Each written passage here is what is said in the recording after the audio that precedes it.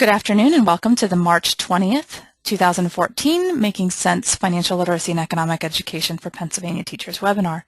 We're glad that you're joining us here this afternoon. On our agenda today, Hilary Hunt, myself, will be providing a webinar overview and instructions. We have Dr. Cathy Bowen from Penn State University joining us to talk about teaching about giving, and Sharon Baillie is going to be discussing the use of tablets to enhance financial education, and then I'll round things off with a number of professional updates as well as a Q&A and wrap-up.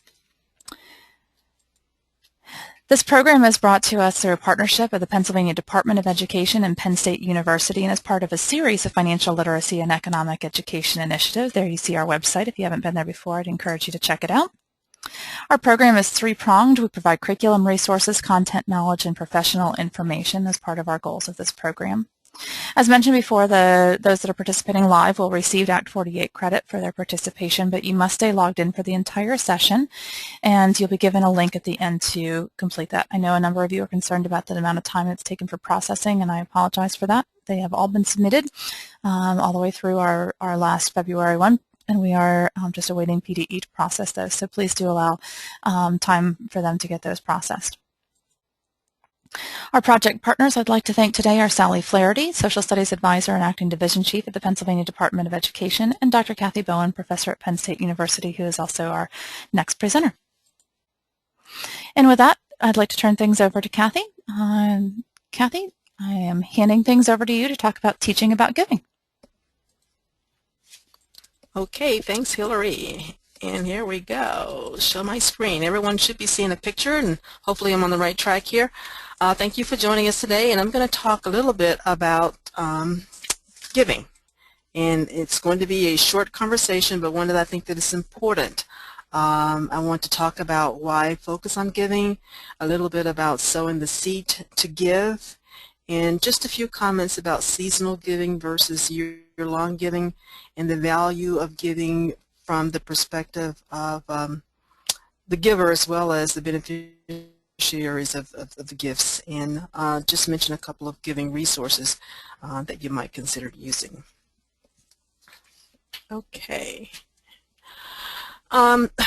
Why focus on giving? The typical money management programs or financial education programs will have these common themes of spending, sharing, and saving, especially when their programs are designed for young children and sometimes for older teens.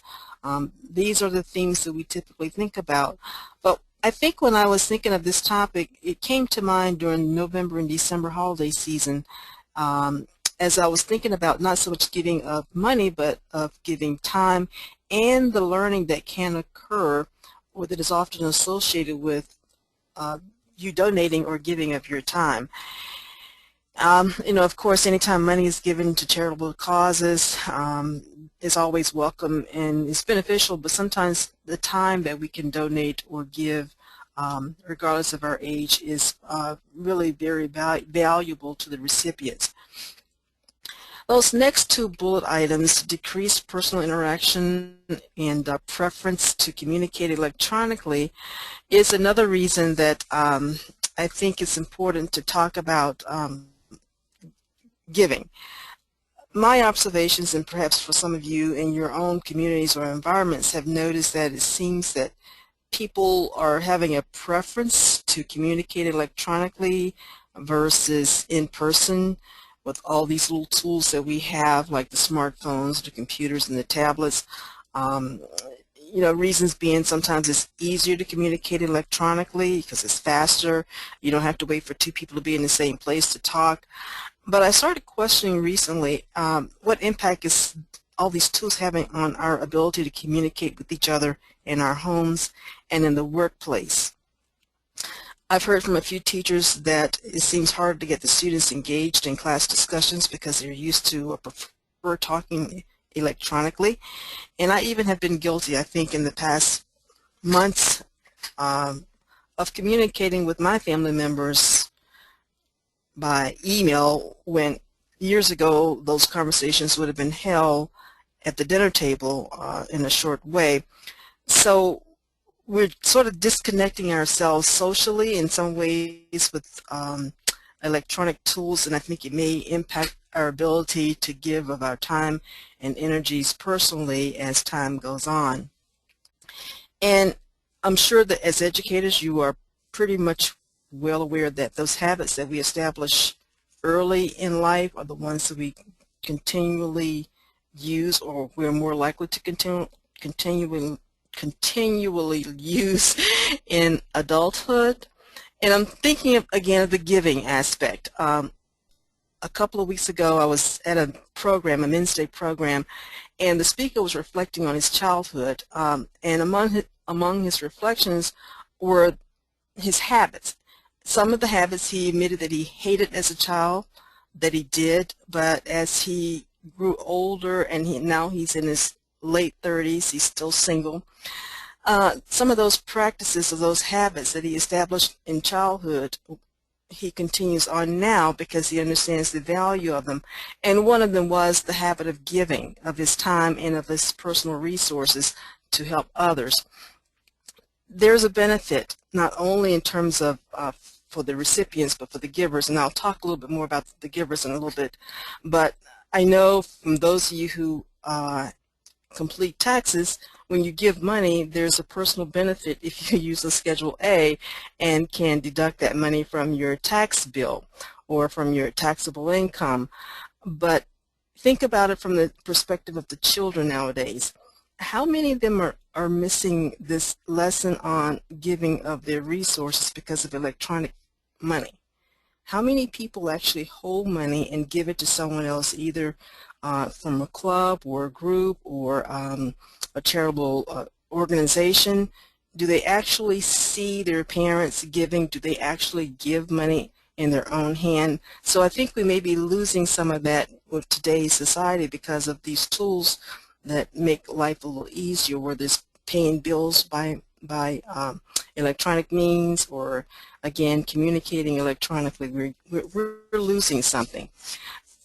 I guess my message here would be for teachers, and even for those of you who, or anyone that you can share this message with, whether it's an older adult child or someone in your community that you're mentoring.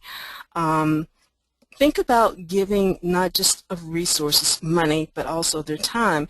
And when you think about giving, if you can establish those habits or early in life with children or teens, these are just 3 basic points that I'm sure you have used before. Starting early is better than starting later. Being as consistent as possible makes a big difference. And make it fun. I know anytime you can make anything fun or seem less like work, people are more likely to pick up on it and start doing it without even thinking about it so much. The seasonal versus year-long giving. Here's a real opportunity, I think, for educators to implement some of these ideas into their classrooms. Of course, most people think about giving during the holiday season when we're all joyous and trying to make other people feel good. But if from a teacher's perspective, think about how you can incorporate giving into your year-long teaching. You could easily expand those lessons from November and December throughout the year, such as at the beginning of the year, why not pick a project or a couple of projects that your students could be involved in throughout the school year and have many lessons throughout the year that will reinforce the concept of giving. You know, for example, you could adopt a family at the beginning of the year if you live in a community where such things are done, or you could adopt a charitable organization that you focus on all of your energies on as a class or throughout the year. And, you know, something as simple as collecting loose change. If you have from the students, well, they just put money into a jar as they come in the classroom, and then maybe once a month someone is responsible for tallying that and reporting it to the class. And maybe you could even chart it, like we put pictures on the refrigerator. We could put a chart or a thermometer of giving in the classroom so the students can see what their collective energies are for that particular activity. And there are lots of lessons there that you could use depending on what you chose. The person who's the real number cruncher could be the one to do the counting and chart it. You may have somebody who's really creative with art and would like to, you know, come up with a clever way of displaying it. And if you choose something like donating to a food bank, here you could easily incorporate shopping lessons in there for the children or the students on how to shop wisely, and their efforts could also again reinforce giving of their time, not only collecting the money, going to the grocery store, making wise choices, but also taking it to the food bank itself. So those are just a couple of ideas of how you could expand the lessons throughout the school year. And finally, if you have a creative person who likes to write, I mean, certainly they could take the classes activities for the school year or for a given time period during the year and put it into like a school newsletter or a report of some sort that could be publicized in the community or with the school administrators. And the other advantage of the expanded or year-long giving is I think it does seal it in more, because when you do something continuously, it has more meaning. It's more of a lesson that you will not forget. The value and the benefit for givers, I'm thinking specifically of students at the high school level. Here is an opportunity, I think, to help them develop a community spirit and a sense of belonging, with so much focus being on individuals and what people can take versus what they can give, or just having a year-long giving event that's incorporated into your classroom could give, you never know, the child or some children a sense of belonging to the community or another way of looking at their own lives. Increased skill set, depending on how you approach it, you can help the students become more talented at keeping records. They can learn to be, depending upon, again, the activity. And I'm thinking mainly here of this one, my VITA volunteers here at the university. I see students from the beginning come in very timid and uneasy with strangers, and by the end of the following season they are very relaxed. They know how to approach strangers, they know how to smile, they know how to be graceful when other people are not, and they increase their skill set in understanding how our taxing policy works in this country. So something, you can build what skill set you like for your students to have if you think through what it is you're trying to teach. And I think the other thing it can do is open the door to other professional opportunities, because you never know who's coming through the door or who may refer you because of the way you treated them, or it was just something about the students that might catch someone else's attention. So those are some of the benefits that I think of giving that could help students increase their skill set and make them more attractive as an employer or as a new budding professional. I'm sure all of you on the line can be more creative and have thought of other things that you can do, but here are just a couple of resources that you can point to learn more about giving in the community. And my last bullet item is consult local human agencies. I think this would be my first choice if I were in the school system, is I would find out what's available in my community, what the needs are, because your students could be could feel that need and also get visibility for your program at the same time while they are helping others and building their skill set and learning to give back. I've kind of rattled on, I feel like, but I hope, the point here is help the students to look beyond themselves and how they can give in their local communities, which could also have a very big financial benefit for some communities and could also end up being financially beneficial for the students at some point in terms of what they get out of it and what they can use going forward in life. Hilary, I am going to stop here and give it back to you. And if there are any questions or comments, you can entertain those. All right, thanks, Cathy. Anybody have any suggestions or questions for Cathy or ideas that they want to share with the group on how they teach about giving? Feel free to post those in the questions. I'm going to switch our PowerPoint back over, but Cathy and I are both online here for a second.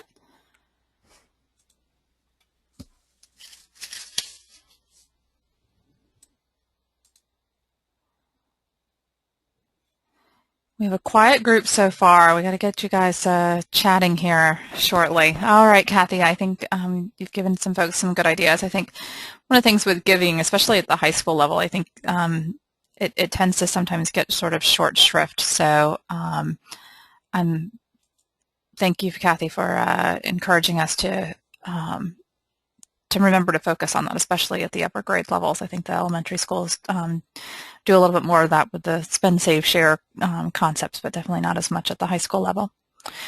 All right, our next presenter is Sharon Baillie, and we are going to be talking about using tablets to enhance financial education. But before we move on to that, Sharon and I both wanted to get a sense of what your access is like to tablets. So whether that be, and by definition of a tablet, we mean an iPad or Kindle Fires or other Android application devices, for example, in your classroom, through which students can download apps and or use the internet. So my first question for all of you, and this is a poll that you're going to answer,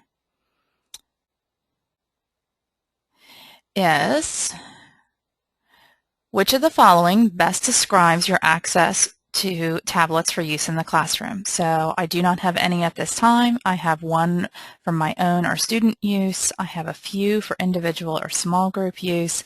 I have a classroom set of them, or our school has a one-to-one initiative and each student has one. So go ahead and cast your vote.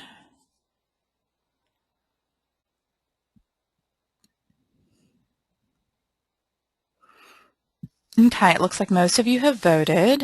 Oh, that number's going up. Got 90% now. All right. Over a third of you say that you don't have any at this time. So perhaps Sharon will provide you with some reasons to think about trying to get some. She's also going to tell you about how she's managed to get the money to get the ones that she has in her classroom. She is not in a one-to-one setting or a school that has a plethora of these.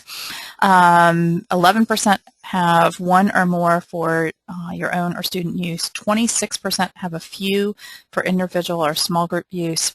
16% have a classroom set of them. That's great to hear. I'm sure you're going to get a lot of ideas from Sharon out of this. And 11% our school has a one-to-one initiative. So we definitely have folks coming from a variety of backgrounds here on this. Okay, so let me give you the second one here.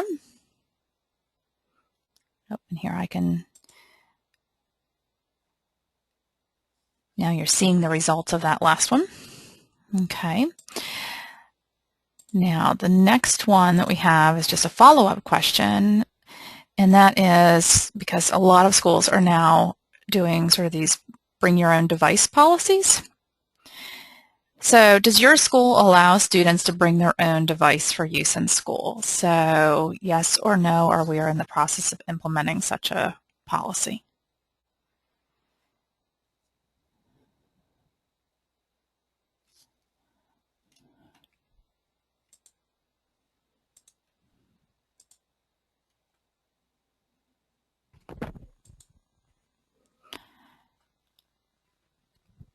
Okay, it looks like most of those who wanted to vote have voted. I'm going to share those results here. All right, so it looks like we have 50% who say that yes, their students are allowed to bring their own device, 45% no, and 5% in the process of implementing. So Sharon, I am going to turn things over to you here in just a second. And now that gives you some good information to go off of. All right, ladies and gentlemen, Sharon, you have control. Hi, it's really neat to be here this afternoon. First, I want to respond to Cathy's giving lessons. And I want to say that for the FCS teachers, this is a great place to put FCCLA into practice in your classroom. My FCCLA chapter is very active, and we are in the process of doing a food bank collection as part of the No Child Hungry through FCCLA. So if you want to look for lessons to include that in your class, anybody can go to fcclainc.org and find lessons on giving and collecting for some community service projects. That's a great place to start. Thank you, Cathy. I am going to talk about apps, but I want to respond to the questions first.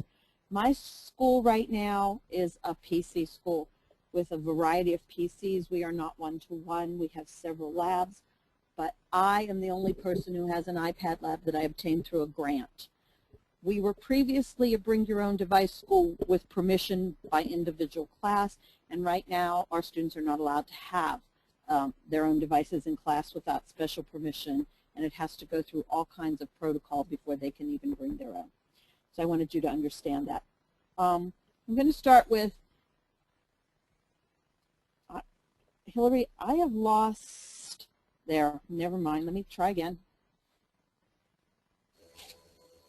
I lost the ability to use my computer. Sorry about that. Sharon, we have a couple of folks that are saying that they can barely hear. I just had to turn up my volume a little bit to hear Sharon, and I'm hearing her fine. Just as a reminder, sometimes you have to adjust between speakers depending on our speaker setup and our mic setup. So those of you who are having a hard time, just turn up the volume on your computer or on your headset or speakers. Sorry, I didn't want to get feedback.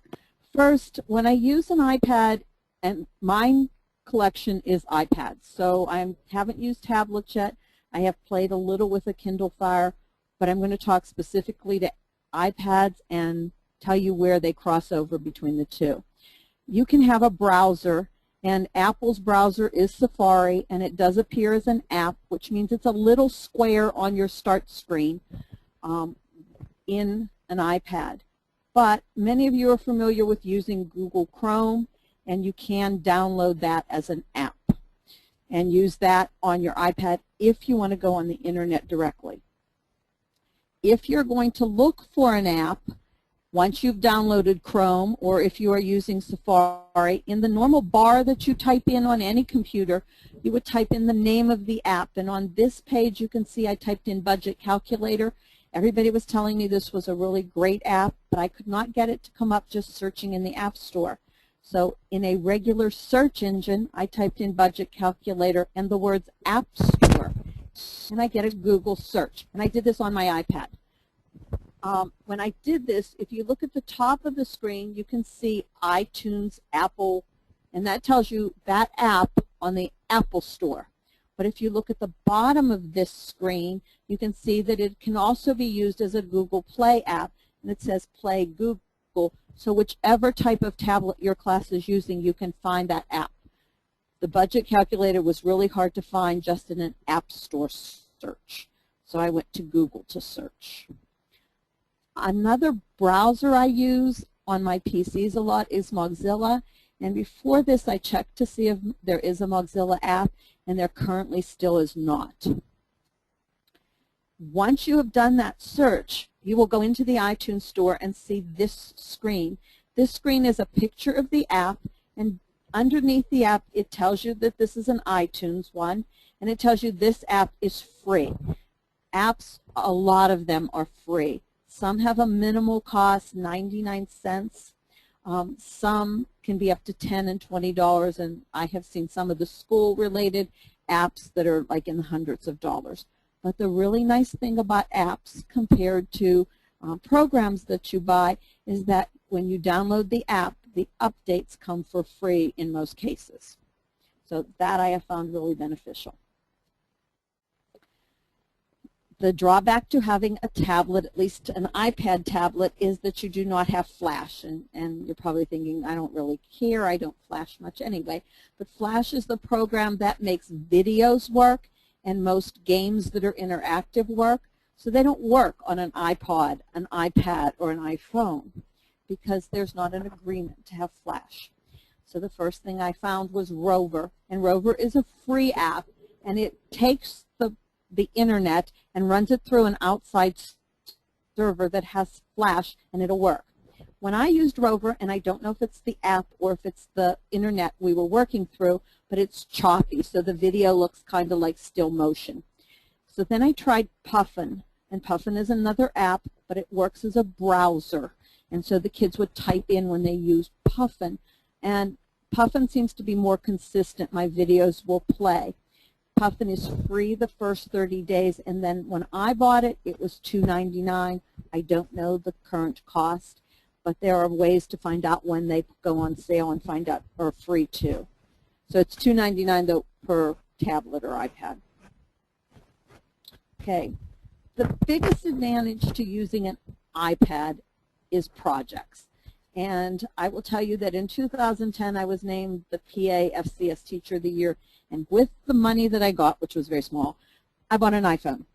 And I thought I really would like to use this because I found out that I had to have a technology component in order to submit my national submission. And at that point, there were no computers in my classroom, no iPads in my classroom, and the only way that my kids could get on the internet even was going to the computer lab, and that had to be signed out and shared with the whole school. So I was a little stuck what I was going to do, but I had an iPhone at this point. So I found out about podcasts by taking a class through Apple, and I decided, excuse me, that we were going to do podcasts kind of like public service announcements. And so the kids wrote a script for a 1-minute public service announcement. And I used WavePad on my iPhone, and my classes are small. We are limited to 16.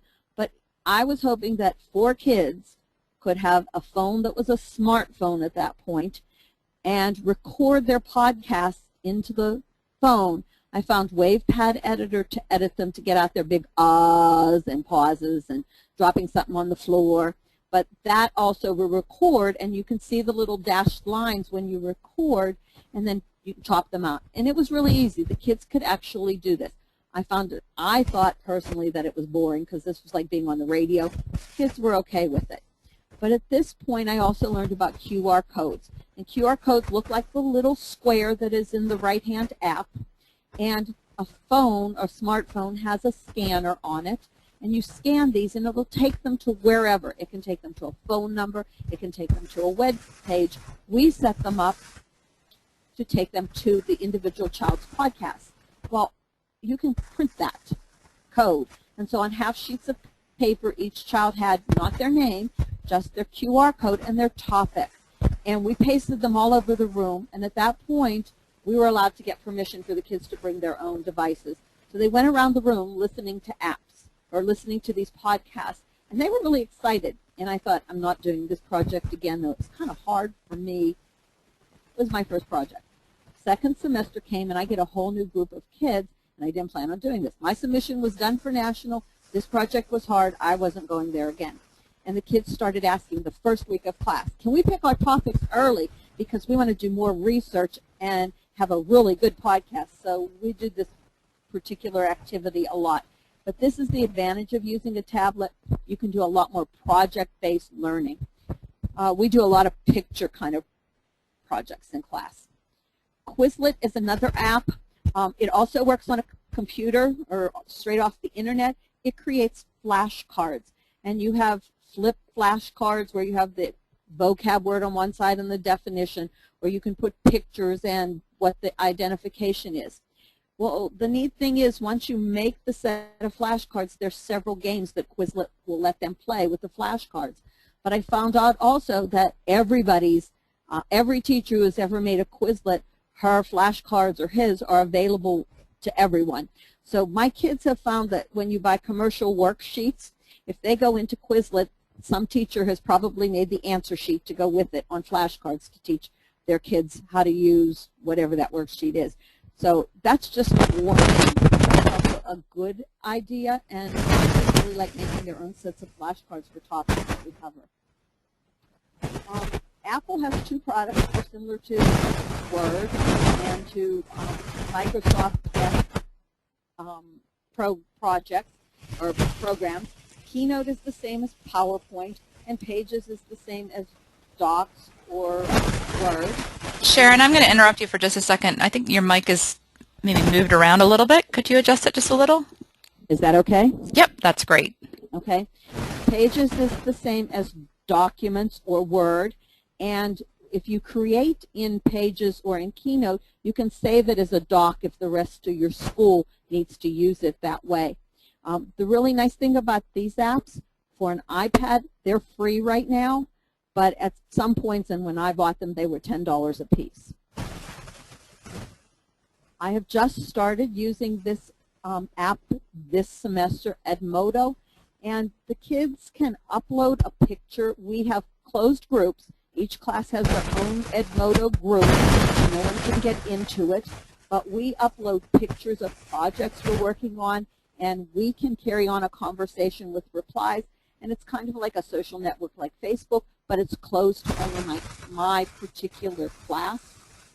The nice thing is I can send out worksheets or activities or project questions they have to do, and they can respond in Edmodo, and no one else can see their answers. EduCreation's interactive whiteboard turns your tablet into a whiteboard where you could send out a worksheet and the kids could actually fill it in and send it back, or any of the other activities you can do if you have a Promethean board or we have e-beams. Socrative or Socrative turns your iPads or your tablets into clickers, and responses are given that way. There are two apps. One is for the teacher to create the questions, and one is for the students to respond. And if you have the couple $1,000 clickers, this app is free and works the same way. So I really like it, and it allows me to do multiple choice, yes and no, and different kinds of questions. And it'll give you a total response back, so you know that 45 kids, just like our poll did, 45 kids answered A and 35 kids answered B. Google Earth is something we just started using for financial education, and we got the idea from Fifi. Google Earth is a lot at street level, and we do a thing with taxes, and the kids compare the tax values, because in our state you can look up the taxes for each house because we have property tax, and we compare what the different property taxes are in different communities of our school district, and we look at different houses and decide their value and if they've been on sale, and it's kind of neat because you can actually see real houses. And the kids like looking up their own houses anyway. But all public buildings are blocked out. You can't like walk up to the school and walk around it to see the doors. Kids learn that real fast. Okay, I'm going to talk about some apps that are specific to financial education. And if you haven't used a tablet, the difference between an app and going on the internet is the app is like direct access, but it does have some limitations. And I've noticed that if I go through Puffin to a web page, I lose the ability that arrow keys would move things around with. So we play a game pretty often called Coupon Extreme, and you match the coupons to the shopping cart and you move them. And if I'm on an app, unless it is specifically, if I use an app, I can move the coupons. But if I go on the internet, I don't have that ability anymore. Okay. Geo Coupons is a shopping app with coupons, and you can put them in categories such as Target coupons or it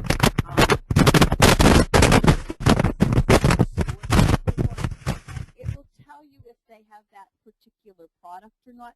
And so we can do comparison shopping right in the class without having to go somewhere else to see if they have the coupons.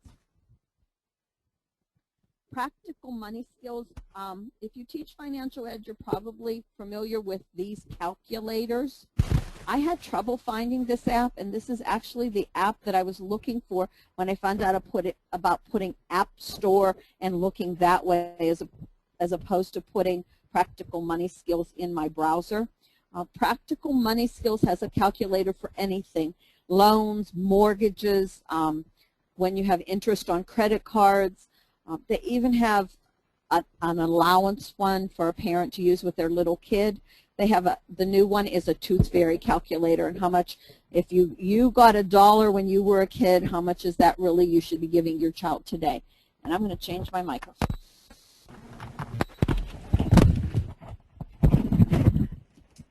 Okay. That's definitely better. Okay. The other thing, Sharon, I was just going to mention is just in case if you have your cell phone anywhere close, you might want to move that or turn it off. It may be providing a little bit of interference. Okay. Okay. Yep. Job search compares jobs that are available in a particular area, and you select the area and the types of jobs you want. So the kids really like this at the beginning if we're doing a simulation and they have to pick a particular career. My New Place goes through and allows you to put in whether you want an apartment or a house and what kind you want, whether you want it at the beach or you want it in a townhouse, and they give you all the available apartments or houses for that area and the costs, and helps you decide where you want to move. Cost of Waiting is a savings app that we've used, and it tells you the difference if you put $5 a week away starting at age 10 or if you start at age 20, and how much you will have when you're ready to retire. And if you know you want a specific amount, it'll tell you backwards how much you have to put away in order to get there when you retire. Saving Spree is for younger kids, or when your kids need some help learning to do saving and spending and budgeting, and donating is included in this app. Red Laser is one of my favorites. It's a barcode scanner, and so this will take barcodes on cans, and it will tell you all the stores around you that have that particular item and the price that they have entered data into some kind of a computer.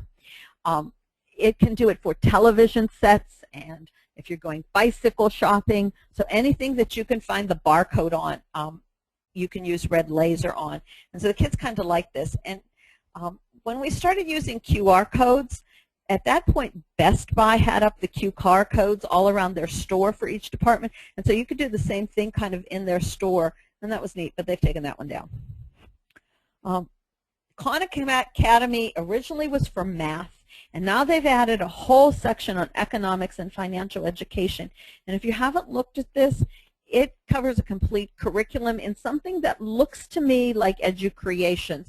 And what it is little videos teaching very short snippets of a concept. And the kids can play it over and over again. And they have really expanded the financial education part of this. So I have been using this kind of as a review when students are out. And I think I want to get more into using this app as time progresses. But they also have computer programming and all the science areas covered too. Game of Life. Classic Life with the board game is a pay app. So I think it was $4.99 the last time I looked. But we happen to have the board games in our classroom. And then I found at Five Below Zapped Game of Life. And that gives you a board just like a regular Game of Life, but the iPad becomes the spinner. But the cool thing about it is there aren't those flip cards there are in the Game of Life. Instead, those all come up as videos. And then all of a sudden the kids are going around the board and it's their turn and they have a baby, so it's like a surprise. They really like this. And the thing I like about it is it keeps track of their game, so tomorrow they can continue, whereas with the board game it gets put away and we have to start again. And I know that I've seen online they have this zapped version for Monopoly too, but I haven't found Monopoly for $5. On Your Own Publications is by CW On Your Own by CW Publications is a pay app. Now, this is a simulation that takes you through a year in the life of, and it has each monthly budget. We bought this for our computers, and we bought a site license, and it was like $329, and every year I had to upgrade this because they upgraded it. Well, sometime this year they came out with this app, and at $10.99 it was a much easier way to get it onto the computers and the iPads in my room. So we have started using this. Car Park Challenge is kind of a fun game. We use this as an introduction to insurance and risk avoidance, and the kids have to park their cars, and it tells them how much damage they do every time they wreck their car in this car parking, because there's some really tight situations they have to get their cars into. So it's a short, real quick when I'm doing insurance. Celebrity calamity. I am sure your students are like mine, and all of them are going to be pro baseball players or they're going to be movie stars. Well, we try to avoid that by the time they're seniors, but this app I found out about at Jumpstart when I went to National Convention, and you are the manager for some kind of a celebrity, and you make all the decisions of where they're going to perform and what they're going to spend their money on, and you go broke pretty fast in this game. I don't do well at it as far as being the manager. Financial footballs are old standby, and it works much the same, but it works better on an iPad if you use the app. My kids like simulations, especially I have a all special ed class that's life skills. Lemonade Stand talks a lot and will tell them what they're doing, but they run a lemonade stand and they have to put in the lemons, and they cost so much, and the water costs so much, and the ice cubes cost so much, and then they make a profit based on how many glasses of lemonades they sell.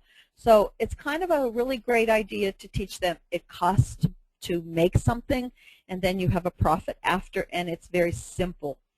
The same thing happens with stand of food, but it's a little more advanced because you don't always have available what you need, and you have to go through different parts to make this simulation work. It's a little harder, and it needs to be like middle grades to start that one.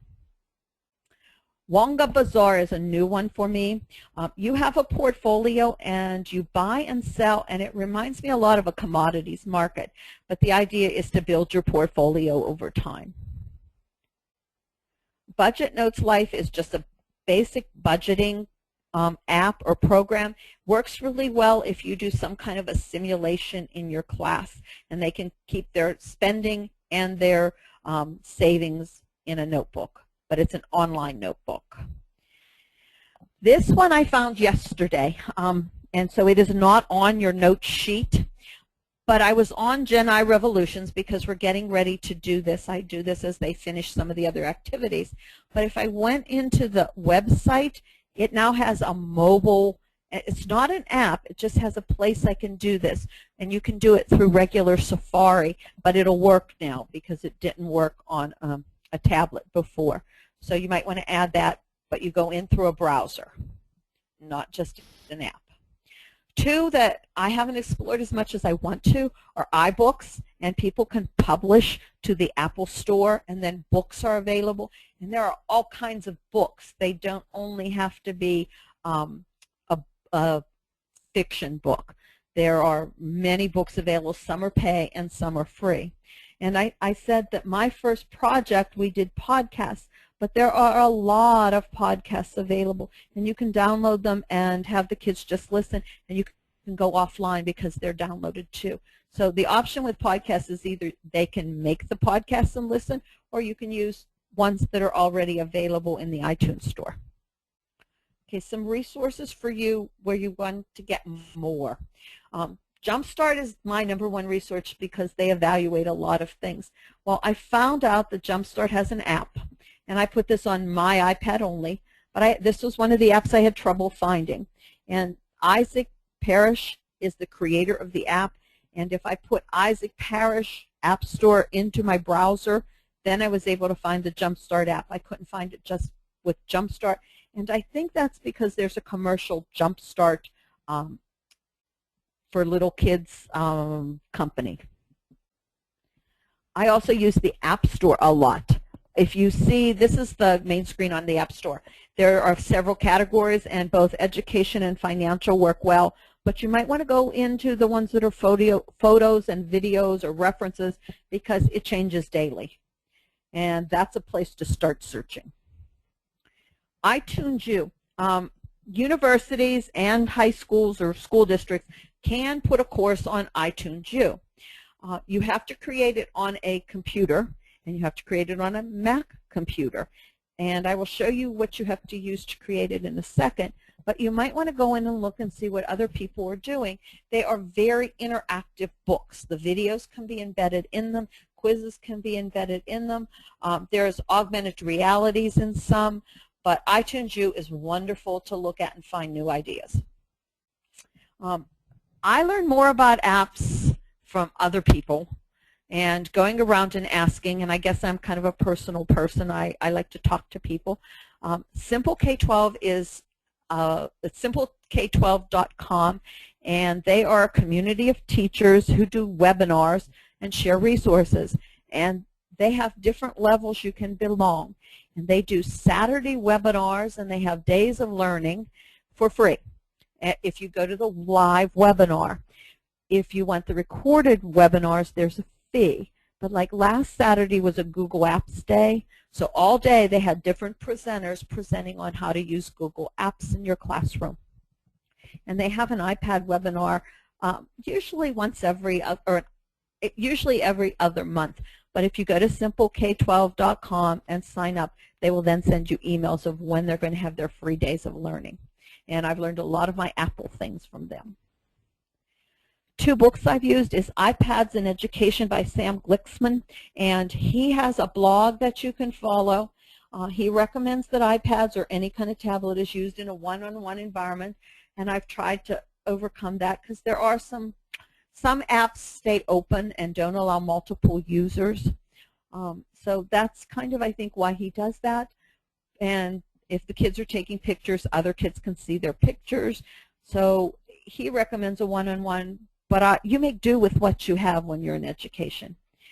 iBooks Author is by Gail Grumman, and you have to have a Mac for this. This is an app, but it is a MacBook Pro, which is the computer app.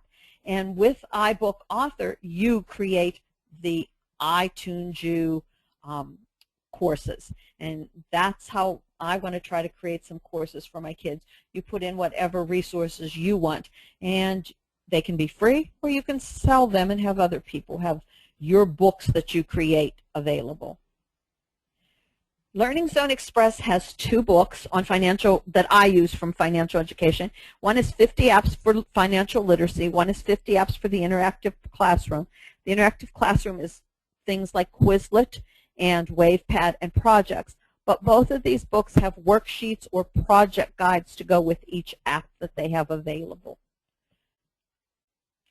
And of course, this used to be called Fifi. Now it's Take Charge Today.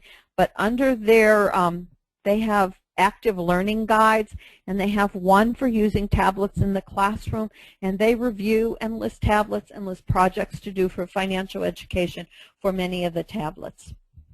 And I just added this because somebody asked this question. How do I show that tablet onto my screen or for my students to use to teach? Well, I attend a lot of we have an Apple Store local, so I attend a lot of programs there and teaching modules that they do, and I noticed that they don't connect their iPad to that. They use this little box called Apple TV. It does require an HDMI cable, so your projector has to do this, but on iPads, iPods, and iPhones, there is a connection for this, and you flip down and it automatically finds it. It's really cool. But that's how I send my iPad to the screen for all the students to see what I'm doing. You can cable some. There are some apps you can get for your computer to run it through your computer, even if you have a PC. But this is what I use.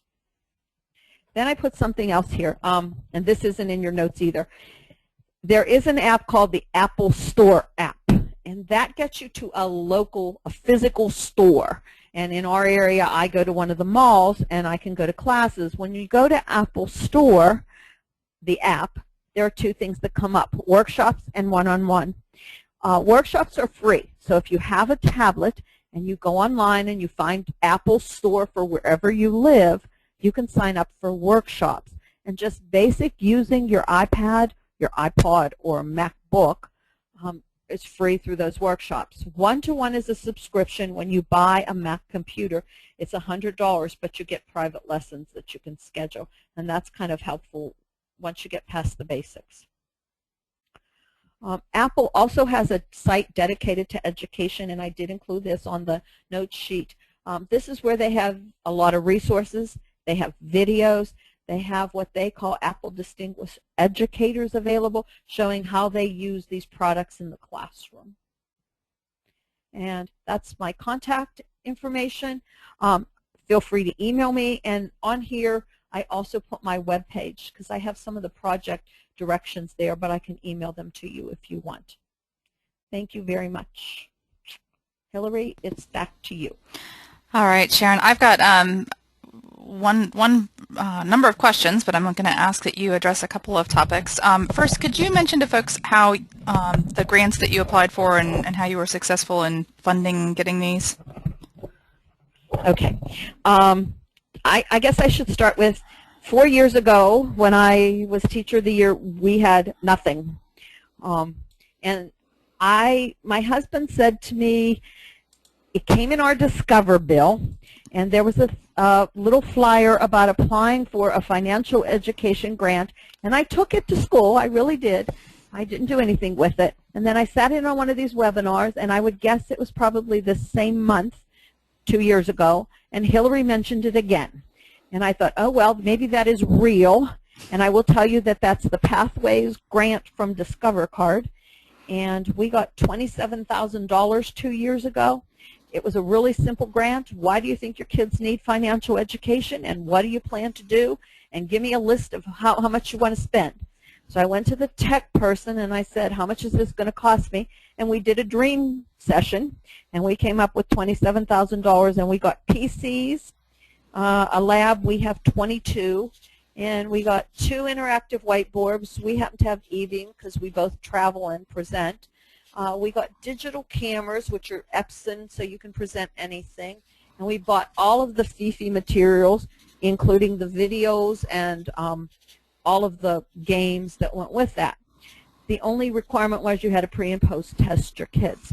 So then when I went to Jumpstart last year, they were there presenting this grant because they said they didn't have a whole lot of people apply. And I said, I really would like iPads because I teach financial education, and we teach some with looking for research, but reality tells me my kids are going to use a smartphone, and I need to teach them that way.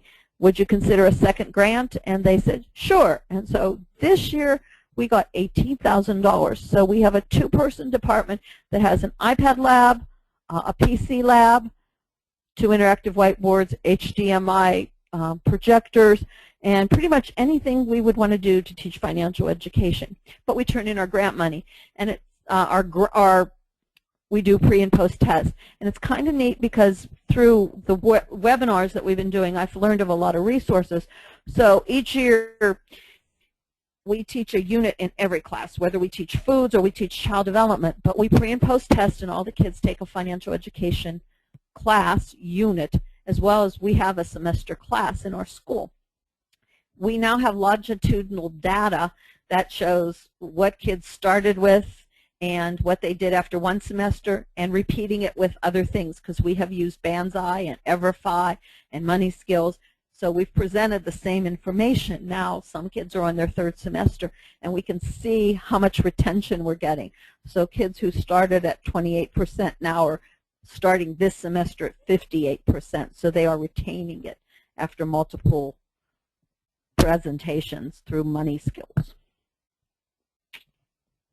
Another question? I think you covered a couple of these. What do you class, or what class do you teach from Deborah? But another question: who pays for student apps? When I wrote the grant, I wrote in $300 for an iTunes card. We had a comment from one other person about sometimes they've had problems with the Apple TV freezing up over streaming. So just a cautionary tale to folks to be careful if you're streaming things from that. Certainly test those out. And we had another teacher that commented earlier that unfortunately Puffin doesn't work for her school, or if your school uses a smooth wall filter. So certainly filters and technology are going to vary from district to district. So always good to work with your technology folks and see what's going to work for you. And also you need to test it out, because some programs, if you go onto the internet, you can't, like we did Everfi, and Everfi works well on a computer, but you can do most of the things on an iPad, but anything that you have to like point and drag, you can't do that on an iPad or on a touch screen. Another question was going back to the clicker app, and I think that was Socrative that you use, right, Sharon? Correct. Can you identify which student is responding? So basically, could you give quizzes that way, I guess, in some ways? Yes, and they give out a printout sheet with all the answers they all give. And I always make my first question the student's name, because they can be short answer as well. And then I know who student 1 is. Okay. And that car park app, was that free, or do you recall if that has a charge? Well, it was free, but as I tried to say, today an app's free and tomorrow there's a charge, so it's never guaranteed. But once you own it, you own it. They don't go back and charge you if they now charge. And I always like I have the app, Free the Apps. Right. And there's a couple of those out there that give you what apps are being, out there free that day. So, yeah, I use App of the Day too, and there are some that are wish list apps, so you know that it charges today, but you put it on your wish list, and so you will get like a message when it's free, and that's kind of cool too. We had a teacher ask what was the name of the Discover grant. Again, that's the Pathways to Financial Success one, correct, Sharon? Correct. And I also know, go ahead. Taking grants 3 more years, I was told. And I know a number of teachers that have also been successful in getting Donors Choose sites up and running. I don't know if you've ever used that, Sharon, or know folks that have, but that's another option if you want to, put out, if you're not familiar with that site, you can set up a specific fundraising goal or a wish list kind of thing, how much each of those costs, and folks from all over the world really can donate to that. So I've learned the key to the success of that is being really good at social media and telling all your Facebook and Twitter friends about what you're collecting money for, because they will spread the word.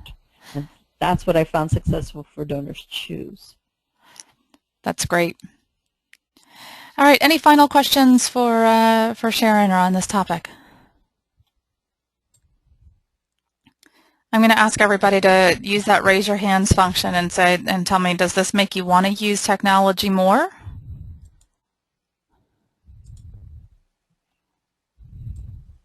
Lots and lots of hands going up. So good. You've encouraged some folks. So thank you very much, Sharon. We appreciate it. And thank you.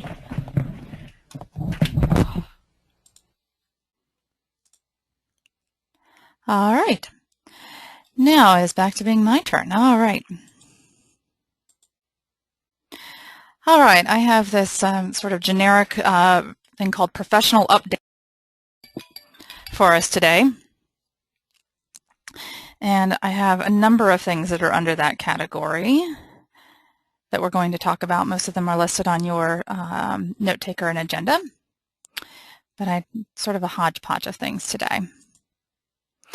All right, first, if you were on with us several months ago, I mentioned that as part of the Making Sense project, we've been working on this model K-12 financial education curriculum. We had a team of teachers that got together last year and worked on this, and we are now at the point that we were able to make this available to everyone to look at and provide feedback on. So I just wanted to give you, if you weren't on with us a couple of months ago, just give you the real quick brief overview of what this is, and then tell you how you can get it and what kind of feedback we're looking for. So basically what we did is we took all of what was in the standards in personal finance in Pennsylvania. So there's no personal finance standards per se, but you can find personal finance in the econ, the family and consumer science, the career education and work, as well as the BCIT standards.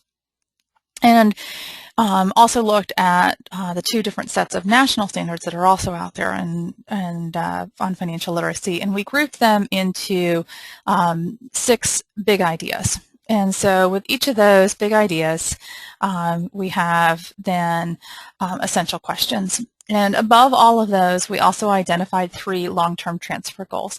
So this is in line with everything that the Pennsylvania Department of Education is putting out in terms of voluntary model curriculum and other pieces. So here you see our long-term transfer goals. We want students to be able to make decisions related to managing personal financial resources, building earning capability, protecting assets, and adapting to unexpected events. Apply sound financial decision makings through the many stages of life, and exhibit mindful money management behaviors that benefit themselves and their families. And then they're breaking things down into those 6 big ideas, and then the essential questions that would go along with each. And then further into it, we have specific concepts and competencies then within each of these. So, for example, financial goals builds from the kindergarten level up to the middle school and high school levels, and there's associated standards then with most of these competencies as well.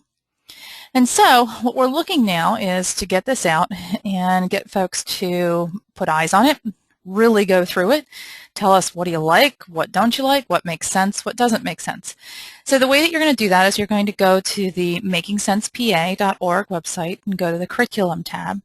And it now is that first piece here, the Model K-12 Financial Education Curriculum. So you can download that.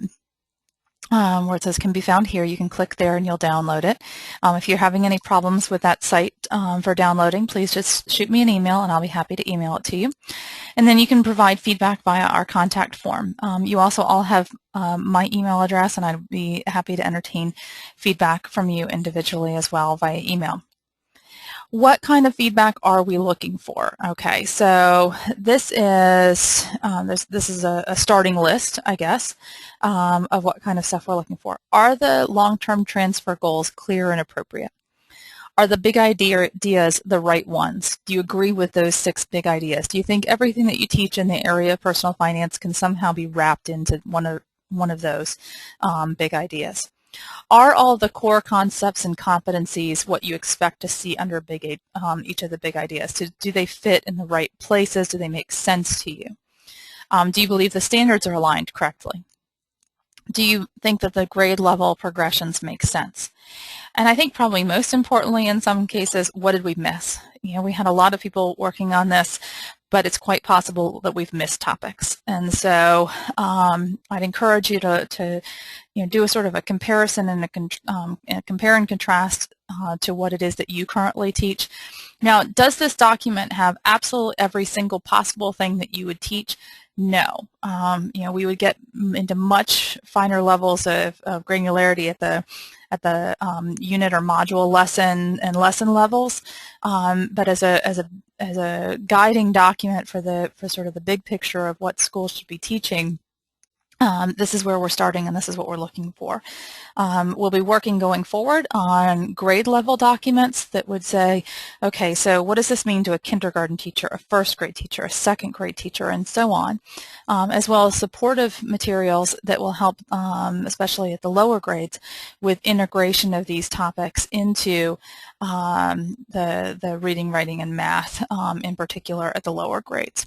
And then at the high school level, we're going to be working this spring to put together a model curriculum for a one-semester personal finance course. And anybody that's interested in being a part of that project, I would also encourage you to get in touch with me. Let me know that that's something that you're interested in being a part of. We're going to be getting a group of folks together up at Penn State in May to be working on that project. And we would love to have some new faces join us as well. So before I move on, does anybody have questions on this topic? Anybody wonder about what this is about or what they can do or should do? Okay. All right, so the next topic, and feel free if anything comes to mind, just pop in there make note of a question there for me. April is Financial Education Month, or will be Financial Education Month. We are still here in March. We're expecting a number of proclamations and resolutions, one from the governor as he has in the past, as well as from the House and the Senate here in Pennsylvania, and it will also be recognized as such nationally. There's a whole lot of different events that will take place over the course of the month. Teach Children to Save Day is a popular one that the banks do. Credit Union Youth Week, popular with the credit unions. A lot of what Financial Education Month is about is drawing attention to the need for financial education, the resources that are out there to teach personal finance, as well as the great things that are being done. So in conjunction with that, we will be having a press event on April 9th at the state capitol for the Pennsylvania Jumpstart Coalition that will be focusing on all of these great things. But I'd also encourage you to think about, what could you do to celebrate Financial Education Month in your school. So, for example, I remember one school a while ago, they actually did it in conjunction with Valentine's Day, that they sort of did a We Love Financial Education campaign with hearts everywhere. But what might you do to do something special with financial education? Might you consider talking to your principal about having a weekly, maybe a Financial Friday announcement that's done on the morning or afternoon announcements, or maybe promoting what you're doing with financial education in the community or other places to highlight that as attention is drawn. It's always typically been April because of tax season and everybody sort of thinking about financial education as well. All right, and then we have next topic, speaking of Pennsylvania Jumpstart, is the Pennsylvania Jumpstart Coalition. Let me pull up I'm going to make sure everybody's hands are down. Okay, everybody's hands are down now. How many of you have participated in the past in a Pennsylvania Jumpstart event, an event that was hosted by the Jumpstart Coalition as like a teacher training or one of the things that we did before with Jumpstart? Okay, so actually just a handful of you. Oh, more hands are going up. Okay, so a number of you have. The Pennsylvania Jumpstart Coalition has actually now been around for about 15 years, but it's been kind of dormant for the past few years. Hasn't been doing a whole lot. But there's a core group of us that are involved in financial education that got together in the fall and decided that we would really like to see that coalition re-energize and back to doing more. And so we are holding our first meeting in the past few years on March 31st.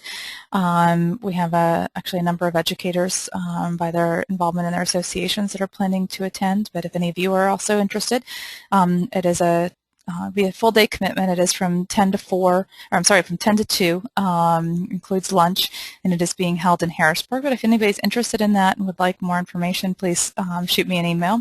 But I'd also encourage you to think about what would you like to see Pennsylvania Jumpstart do.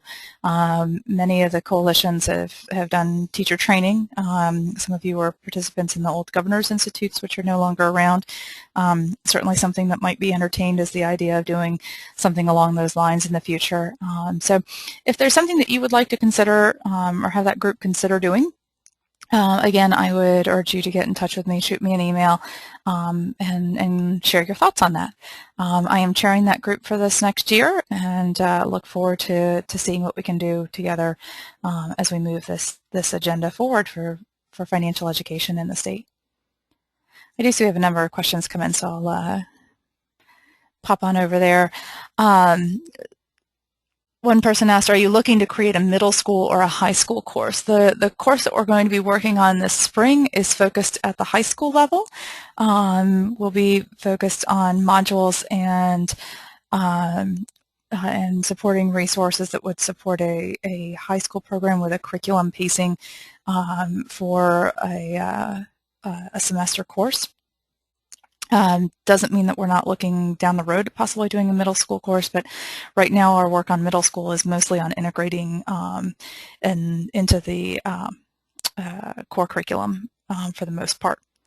Another suggestion for, two other suggestions actually for April as Financial Education Month. One was to consider inviting your local legislator to visit your classroom, show off what you're doing.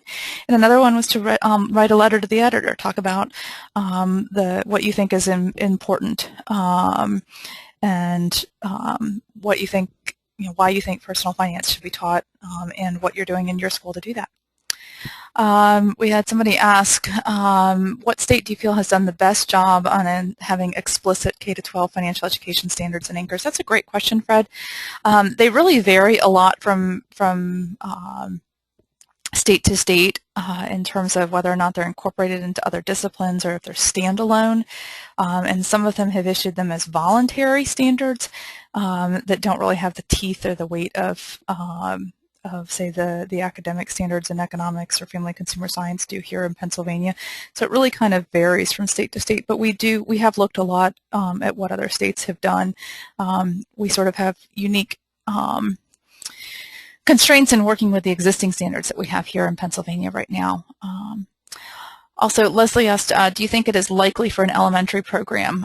We are doing a lot of work right now. Actually, I have a group of teachers that I'm working with in my local area as part of a pilot program that we're doing on the integration of personal finance K-8, and we're having a lot of success with that, being met with a lot of really positive feedback from those teachers in terms of how to integrate personal finance and personal finance concepts in what they're already doing. And some of that isn't even in the context even necessarily of what they're teaching in terms of hard skills.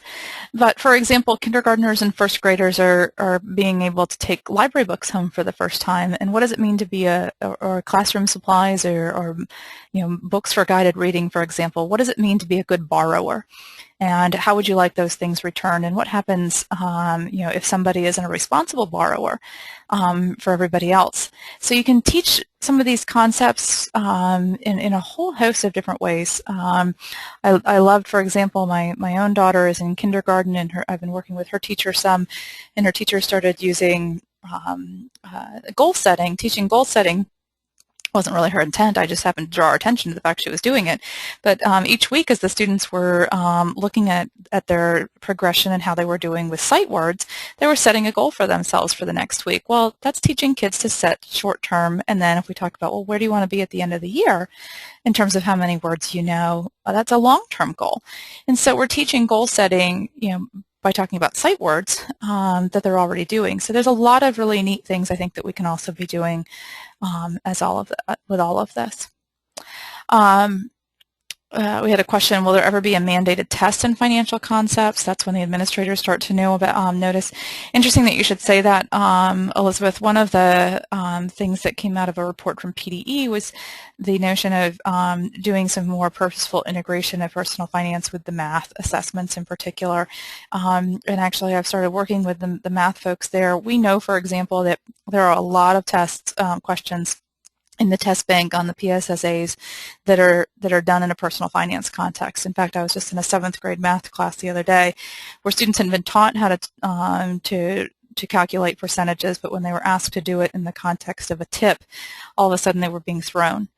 And so we talked about the importance of teaching the math in these contexts that could very easily be on the tests. We see personal finance items on the math PSSAs, for example, things like taxes and tips and commissions and discounts and such. And so, the importance of teaching that so that in that sort of context, and so that it sticks, not just memorizing formulas.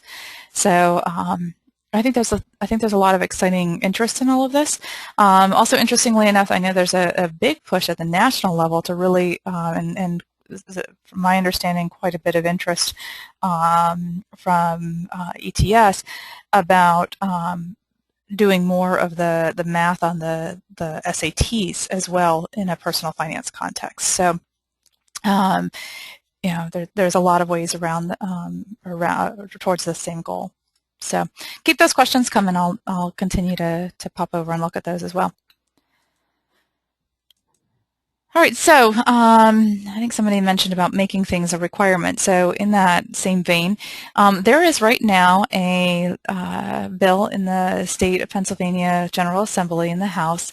It is House Bill 1839, and I'm showing you here the legis.state.pa.us website. This is where you would go to look up information about legislation. You know, legislation is constantly moving and changing, and can be amended and what have you as it goes through. So the best way to find out the most current information is to go directly to the source. So I'm showing you here this website, and what you would do is you would want to enter the HB 1839 here where it has the legislation quick search. So that's where you would enter HB 1839 to get to this page, and that would take you to this site where you can see the text of it, the history, and any votes that take place. And so you see this, the short title here might be a little too small to read, but I'll squint and read it to you. An act amending the Act of March 10th, 1949, which is the Pennsylvania School Code, in terms and courses of study providing for capstone course in personal finance as a graduation requirement. And so this legislation would do just as we said, would require a course in personal finance as a graduation requirement. And here, just blowing this up a little bit, you can see that the prime sponsor of this bill is Representative Costa. It has been referred to the Education Committee since November. You can see the Representative Costa's memo about co-sponsorship.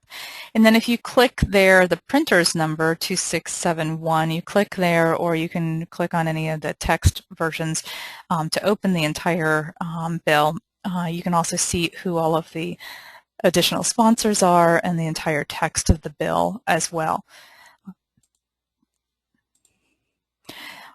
What the bill says is that every district would be required to add a capstone course in personal finance as a graduation requirement to be taken in 11th or 12th grade, and that there would be several options for delivery, either classroom instruction, equivalent of one semester or a half credit, or an option for a standards-aligned, self-paced online or blended course with a district-approved end-of-course assessment.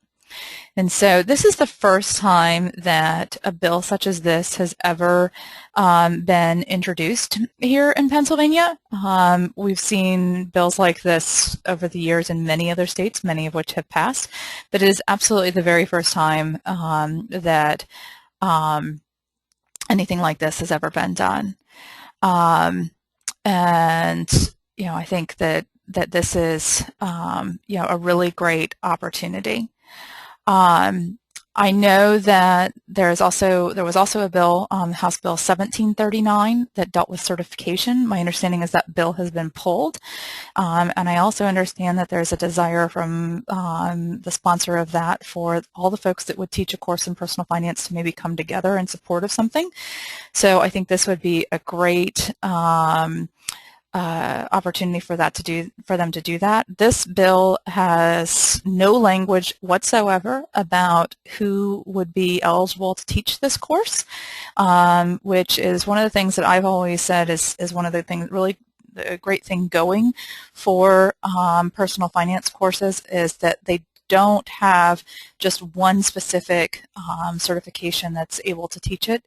As somebody who talks to administrators and tries to brainstorm and problem solve those types of things, the flexibility is really good for a district that wants to make a graduation requirement, for example, because it gives them a lot of flexibility in terms of working with their master schedule, as well as looking at who in their building has a real passion and an interest for this. So I think this is one of those bills that if it were to move and go forward, would be one that for all intensive purposes would be sort of that tide that rises all boats. I think it would have a real great impact for, in particular, the teachers out there that are teaching in business ed or family and consumer science, who are the primary ones teaching personal finance on that. So I wanted to make sure that everybody had was aware of it and might consider, any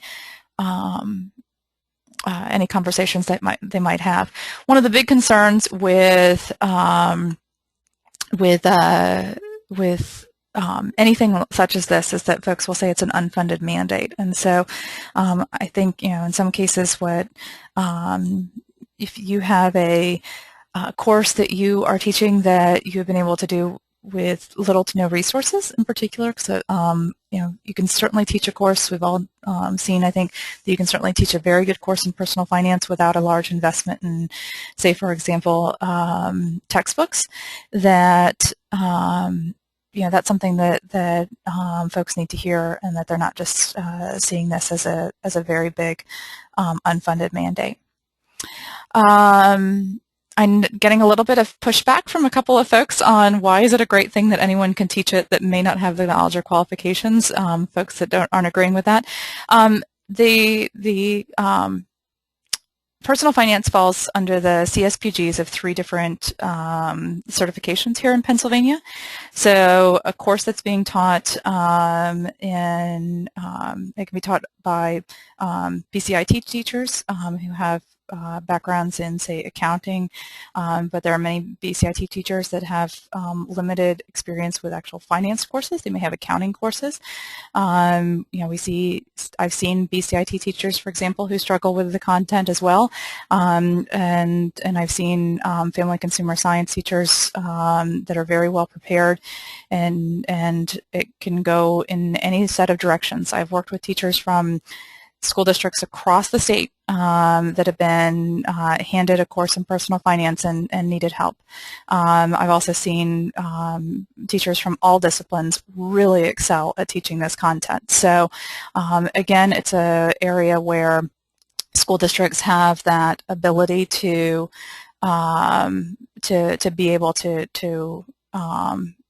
pick and choose. I have seen absolutely fantastic courses, as I mentioned, being taught in every single discipline area. I've seen it taught by business ed teachers that do a fantastic job. I've seen it taught by family consumer science teachers that do a fantastic job. I've seen there's a bunch of schools that have started offering financial algebra classes being taught by math certified teachers and giving math credit that are awesome as well. And I've seen a great job done by social studies teachers that are teaching it in the context of economics. So I think there's really a great piece there. One of the things that was recommended as part of the task force on personal finance and economic education was the consideration of it's not necessarily a certification, but it would be an additional qualification that could be added to somebody's certificate in the area of personal finance. It wouldn't be required to teach personal finance, but would be a program endorsement for that area. So that, I think, is something else that may be considered as well as a part of the recommendations that would be on that. I know I'm getting more topics on this one. I'd be happy to continue as we round things out with anybody who wants to stay on and chat about these in just a few minutes, but I want to go ahead and move forward on these as well. All right, so just a few final things here before we end. We can always connect with us on our Facebook page, on Pinterest, where we have lots of different boards and pins that are lots of resources, as well as on Twitter, where you can find all the organizations that we're currently following and maybe find some good information there. Here's an example, for example, of some of the folks that we're following on Twitter. Hopefully everybody is getting our Making Sense e-blasts. I always like to put out a reminder for folks to send your email to me, and also make sure that my email address is not blocked or is added to your address book so that these are not getting caught in your school district's filters. And then this is our last webinar of this school year. We are hoping to be able to do these again next year, assuming the partnership with the Department of Ed and Penn State continues to go forward and is funded. So if you've been enjoying these webinars and think that they serve as value, then I hope that you would certainly be supportive of those going forward. Any positive feedback that you have, we would certainly appreciate. And then finally, if you have any additional questions, you always are happy to get your emails and respond to any of those, or talk to folks as well. Always happy to help. I was just spent some time the other day on the phone with a teacher that's going to be going from an elective course to a required course and helping her to enhance that program. So again, anytime that I can be of help to any of you, please don't hesitate to let me know. And with that, I'm going to close out our recording, but those who are joining us live here, hang on for just one more second.